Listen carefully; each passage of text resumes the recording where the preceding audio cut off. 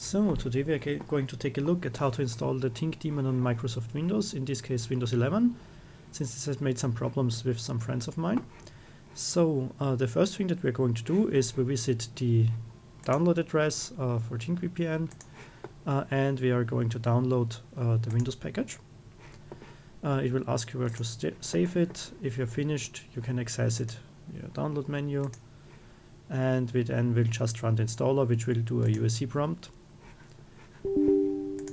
which we have to agree for.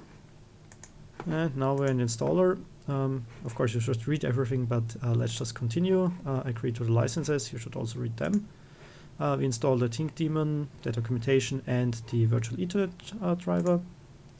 Remember the path where you install it. This is really important later on. And then we are done. We are now going to click finish. And in the next step, we require a command prompt. You get there by just opening your start menu, search for command prompt. And in this case, we require one that has administrative privileges. So right click on it and run as administrator. And now the first thing we are doing is we swap into the directory that we have installed our Tinc daemon. Do this using the cd command. Here you can now see all the files that have been installed by the setup before. Now we're going to create a directory for our VPN. You can name this any way you want. I will call this VPN01. And inside of this directory, we are creating a host directory that will contain all the files of all other nodes and also of our own node. And the next step, we will create a Tinc configuration file. We can do this using Notepad, for example. In this case, we generate a tinc.conf. And in there, so now inside this configuration file, we are now defining a name for our node. You have to coordinate this with your mesh administrator. All of the node names have to be unique. It has to be one word. It has to be valid characters for a file name. I suggest doing all in lowercase characters. I will call this here, for example, just a new Tinc node, for example. Then in my case, I have to run the daemons in switch mode, since I'm also operating them on the gateways of various networks, where they are also bridging different networks and are routing between the different nodes. Then I need a flag that tells them to not decrement the time to live on every passed packet. This is just the way my own networks work. And then we just tell it to whom we want it to connect. These are now the node names of the other publicly reachable nodes that you want to directly connect to. I supplied 2 of my own machines here. And that's it for the first part. So let's now continue. The next thing that we are doing is editing our own hosts file. So we have called our machine new Tinc node. So we need to edit a file that's located in hosts and is called just new Tinc node.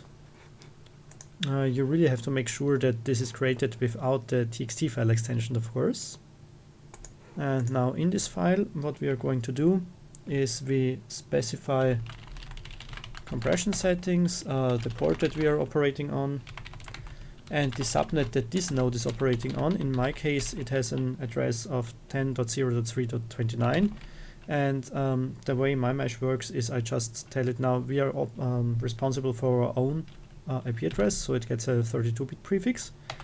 If another network is now attached to this machine that we also want to reach via the other VPN nodes, we can add here another subnet declaration. Let's say, for example, 192.168.50.0 with a 24-bit prefix would be attached to this machine, and we want to make it accessible to other machines we just listed here.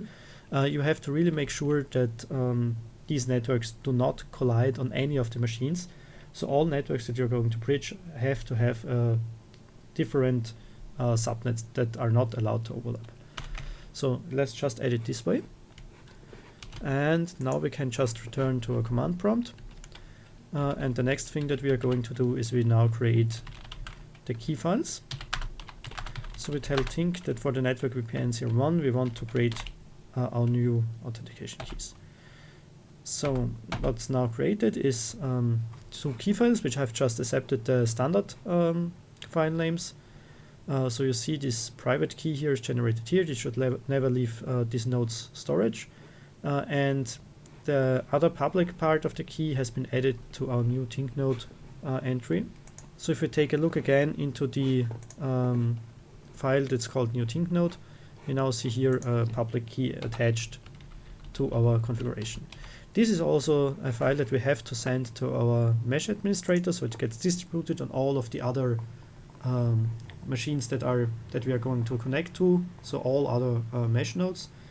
And we in return have to receive the host files for all of the other mesh nodes that are existing. Here, for example, I will only take one of the other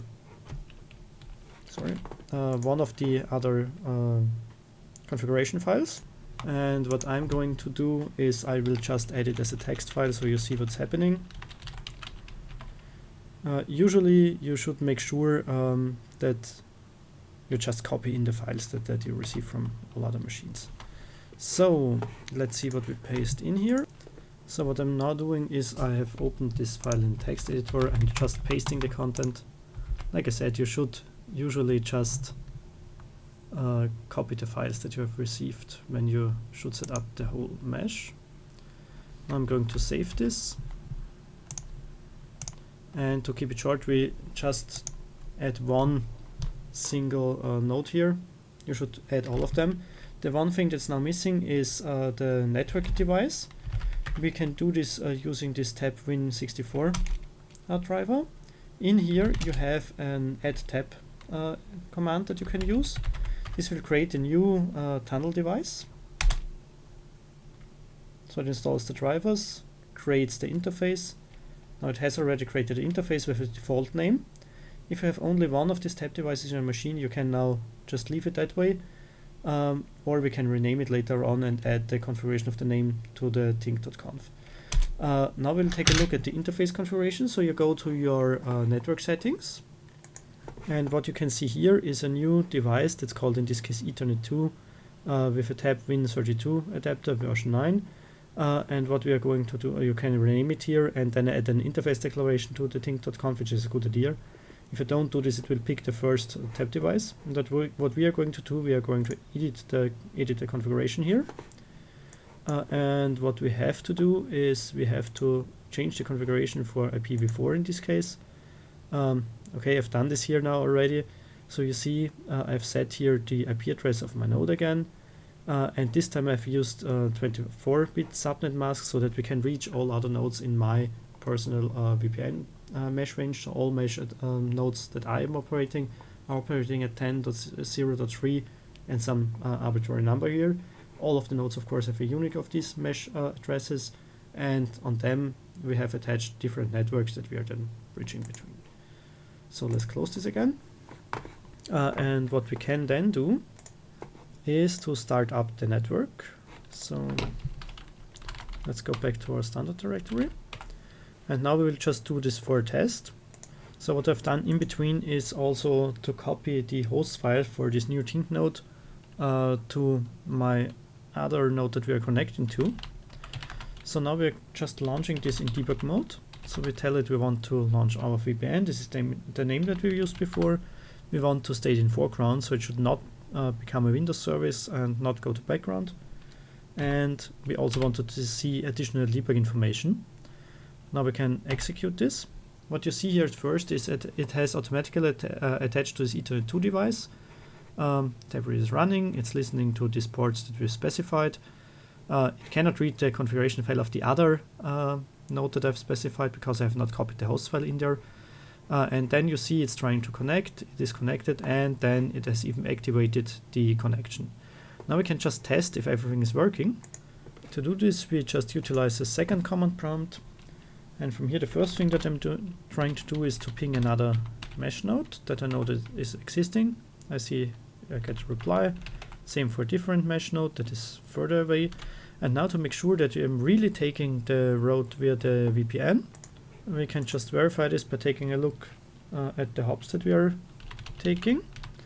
We can just utilize traceroute for this, and in this case I'm trying to take a look at how far I would go to 10.0.3.2, because I know this is a network that is located many hops away. And what you're getting here is one direct hop because we are going via the VPN. I can show you how this would look like if I would stop the network. So what would happen? You see in the background I have disabled the interface. What would happen if I disable the interface? A tracer in my case would first go to my local routing machine and from there to the final destination, because I'm running also a VPN mesh node over there. So the last thing is, how can we configure static routes for this? Let's just take a look how we would do this. We can add a Tinc up file that gets executed whenever our daemon is starting. And what we can do inside of this file, let me bring this to the front. What we can do in here is just adding the root add commands. Let's say, for example, I know that the network 10.0.10.0.24, so 24-bit mask, is reachable via 10.0.3.2. We can add a route that way. Or let's say I know that the network with 14 is reachable by 10.3.14. I can add this here. So every time the network starts up, these static routes get added to our network routing table. And we then do the same thing for a Tinc down file. This will allow us to disable the routes again.